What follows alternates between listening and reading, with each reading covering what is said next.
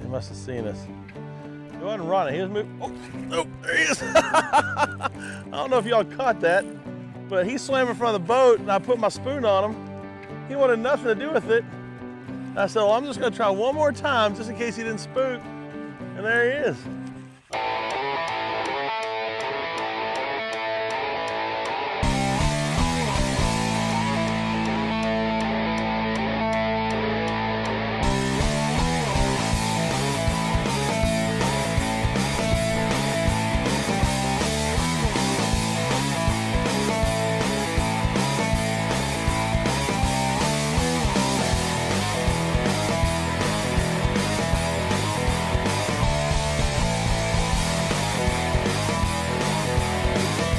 Yeah.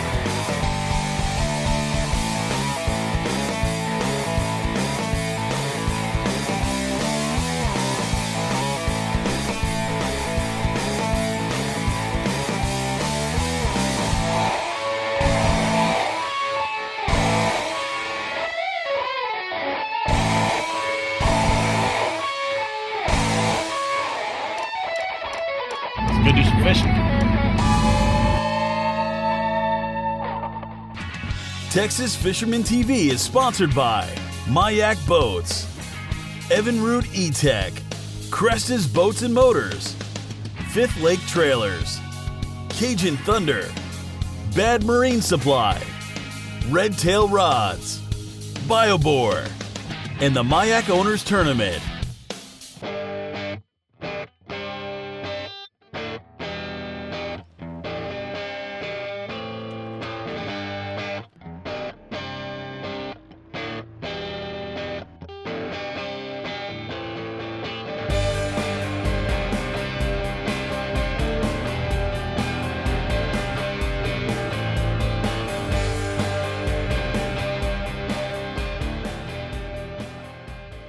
All right, so what we're doing is we're looking for signs. And let me tell you about this.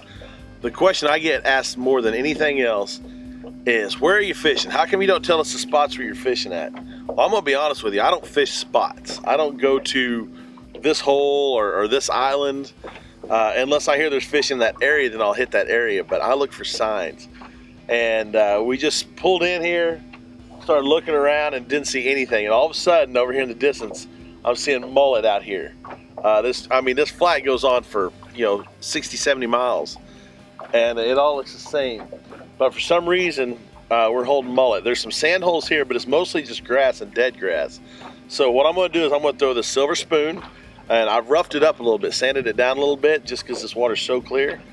And it's the bigger one. It's a 1/4 ounce, so I can get some distance. And I'm just going to blind cast. Anywhere I see a mullet jump, I'm going to cast right there.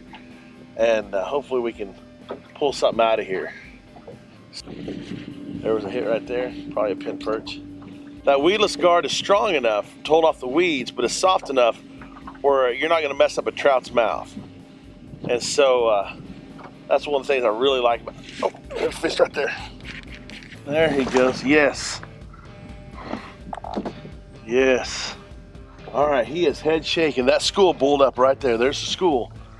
Now we're awful close to him, so I don't know how we're gonna do, but you can see him out there. It's on that silver spoon. And I tell you, I do like how sharp those hooks are in these Cajun Thunders. They don't mess around when it comes to hooks. That's American-made metal right there, American-made metal.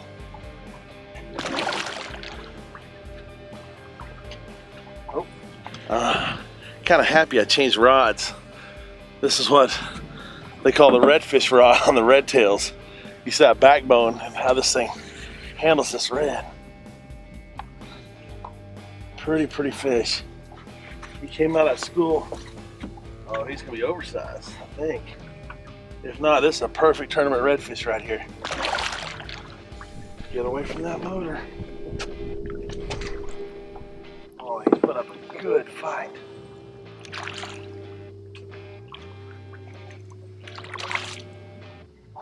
Good fight. All right. That hook didn't even go through. Well, I better get him in the boat. Oh, this is a beauty. This is such a pretty redfish. This might be a tournament red. He looks a little skinny. Yeah, he's gonna open up for me. He opened up and said, "Aw." There we go. There's that silver spoon. Let's get a weight on him. He is, I'll take a look at this, about 7 3/4. That is a good tournament redfish right there. How about that? All right, so there's that silver spoon right there. Boy, look at that, double hooked him. He wasn't going anywhere. I told you those were sharp hooks. Yes, there it is right there.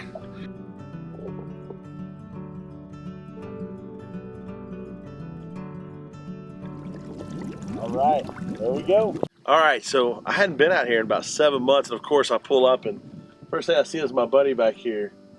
That is Ron Henney Sr. and Fred Hassan. I'm assuming it could be Junior in Daddy's boat. But those guys, yeah, they are great fishermen, and apparently they like this flat too. I'll tell you something neat about those guys. Probably about 6, 7 years ago, I had a camera in their boat when we were shooting the Texas Saltwater Series at the Mike Owners Tournament, and they're wade fishing in Baffin Bay, and Fred hooks up with this massive tarpon. Never caught one before. Didn't know what he had. Got it all the way to him, but finally got off. He got on a super light tackle, a little small spinning reel.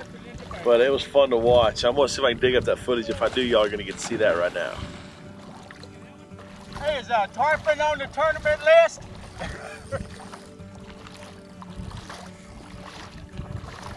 If not, there should be.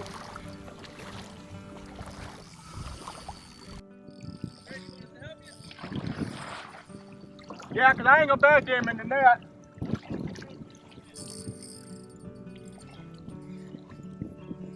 On 10-pound test line, no doubt. Okay, coming to you.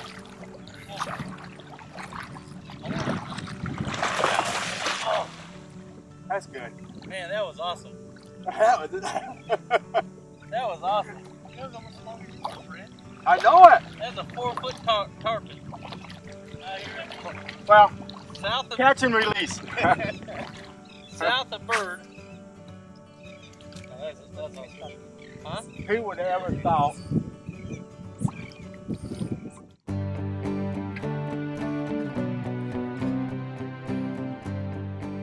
Now how I'm working the spoon, you can see I'm working it almost just the same way I work in soft plastic.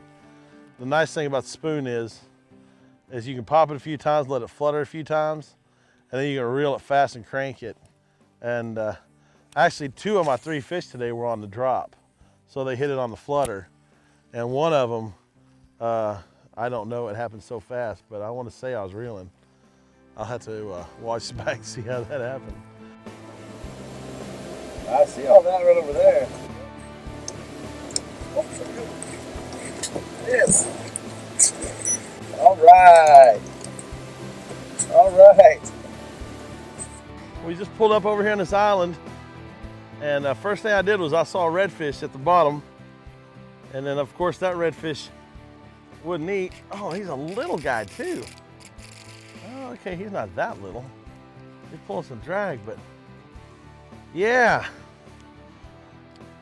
We're sitting there watching all the bait around here, saying there's got to be some fish in here, and of course we saw that one. So I threw the plastic a few times, and it didn't work, so I tied on my Cajun Thunder spoon, and boy, it didn't take long, about 3 casts, and he ate it. Well, he is not that big. Probably about 20, 21 inches, but ooh, he's putting up a fight. Yeah. Well, there's his brother. This is not the size of the one I saw earlier, by the way. The one I saw earlier was twice as big. I was just talking about how there's a 30-incher laying in front of the boat. Come here, buddy. That right there is about the perfect eating size. That's about a 22-inch redfish. And to me, that's the best fillets you can get. Look at that spoon. All right, I tell you what, this is a lot of fun. Finally, the wind started blowing and the fish started biting. I tell you what, I'm going to take y'all on a little journey we did about 2 months ago, where we went to Lake Belton, and they had the CenTex High School Bass Championship. I'd never seen the high school bass fishing before, and it was amazing, lots of fun. So I'm gonna take you there now, show you these kids and just some awesome things they're doing up there and all the volunteers that are taking them fishing. And then we'll head off to commercial break. When we come back, we'll hopefully catch some more redfish. Y'all stay tuned.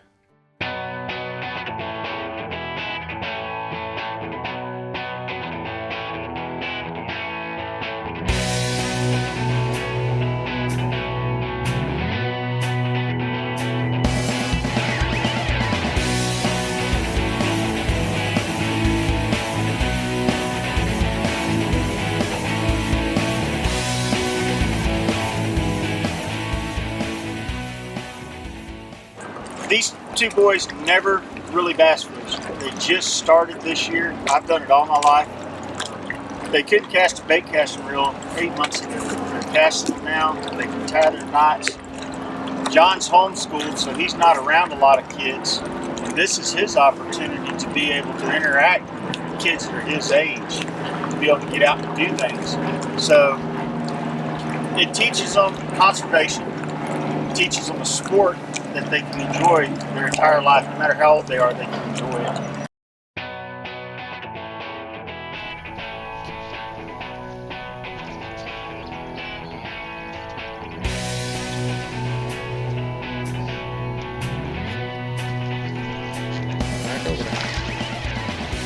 There we go, boys.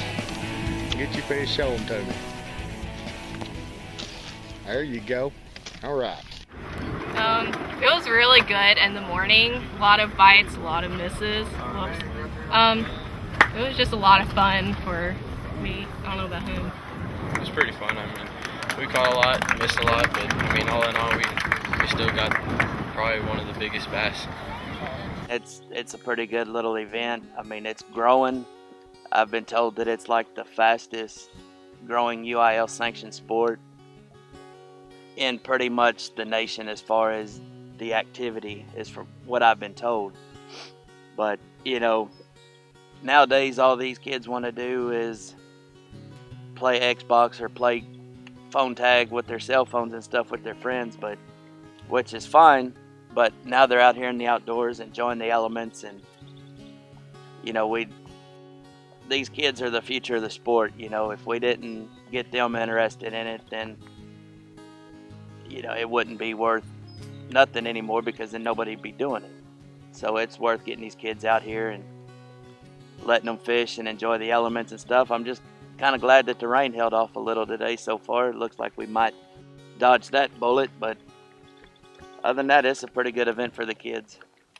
And it's really nice because they provide boats usually for you, and you get to fish a tournament just like any pro angler would. And well, it's pretty fun. I mean, you come out here for about 6 hours, something like that, and there's a weigh-in, and it's a ton of fun when you get to come out and actually do what a pro angler would do. Okay, what we did is we started a high school tournament trail because the closest trail around here was in Austin, and that was kind of far for everybody to be going. They wanted something more local, so we started the Central Texas High School Tournament Trail, which we fished local lakes and Belton Stillhouse, and back and forth, and we have a championship. And it's 13 different high schools right now is what we got. High schools, middle schools, what we have fishing. Our first place and second place team, we have a tie for first. Justin Tatum, Hunter Garrett, Joseph Britt, and Ashley Myers. Both had 18.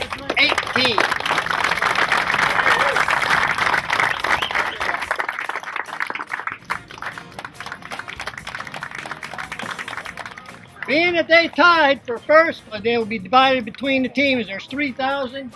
So each team will get 1,500 in scholarship money. Our big bass for the championship is going to be Ashley Myers with a 5.44. I'm Ashley Myers, and I'm with Ellison High School's fishing team, and you're watching Texas Fisherman TV.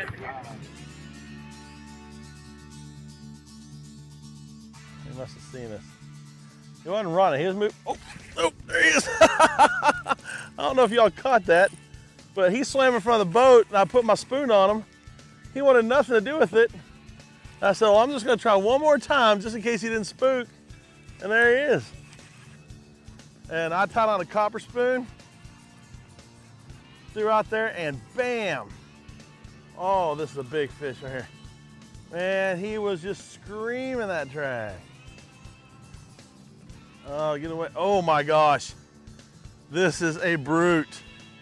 Wow. He's got one with him too. Oh, there's two of them. There's two of them. Wow.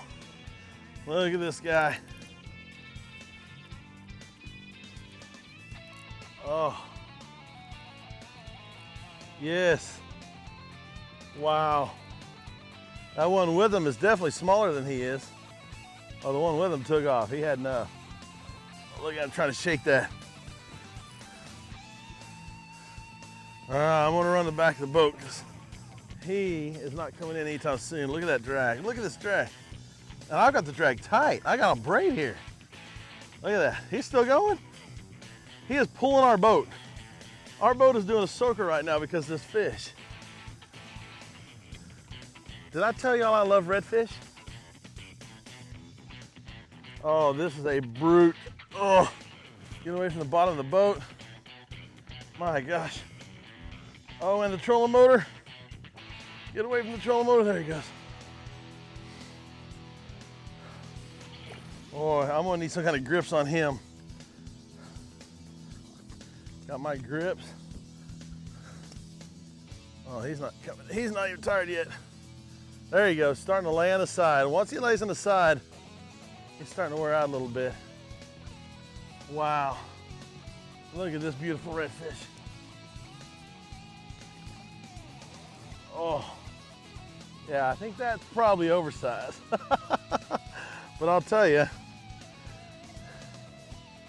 10 pounds. 10 pounds. Look at this guy. 10-pound redfish. That was on the Cajun Thunder Flats intruder, copper spoon, and I went to my 7-foot red tail rod, and I'm glad I had all that. That right there is a brute. Brute, brute, brute. I love it.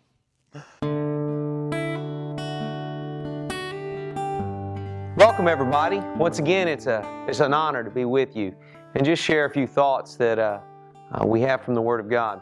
Chapter 21, I was reading the story about Jesus as he had just left the scene, and the disciples, they were wondering what to do. Well, being the fishermen that they were, Peter stood up and said, I'm going fishing.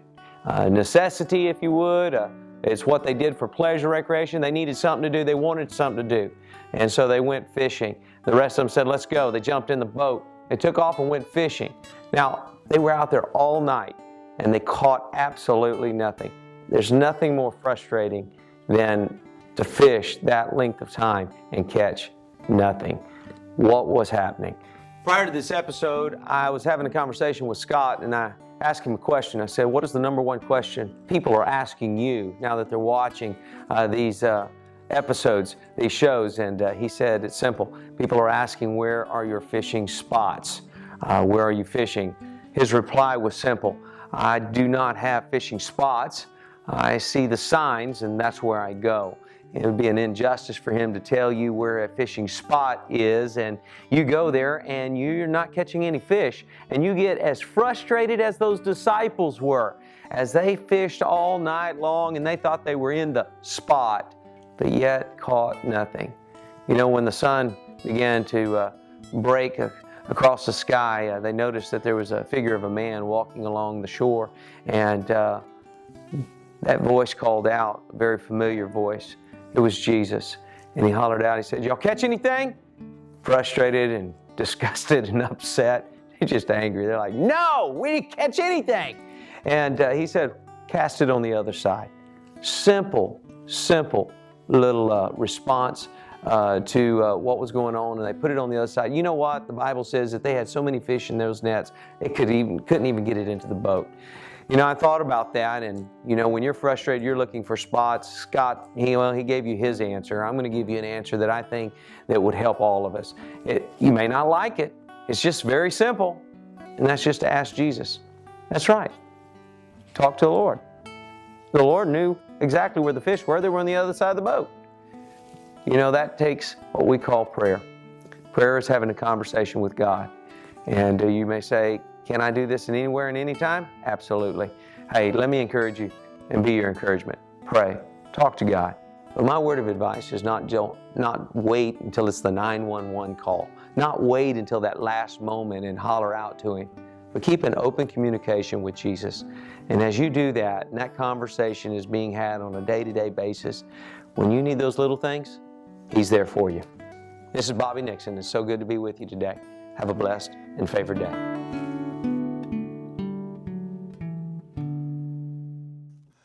Oh, yes. Well, there you go. Corpus Christi redfish.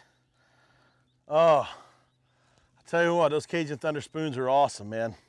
I knew that copper was going to work in here. Our watercolor changed. It turned from red to green, and that's how it worked. Tell you what, man, we've only got a couple shows left for you guys, but I'm glad y'all got to see just how much fun we're having. This is, by the time you see this, it's only going to be about 2 weeks earlier. We're the weekend before Labor Day right now.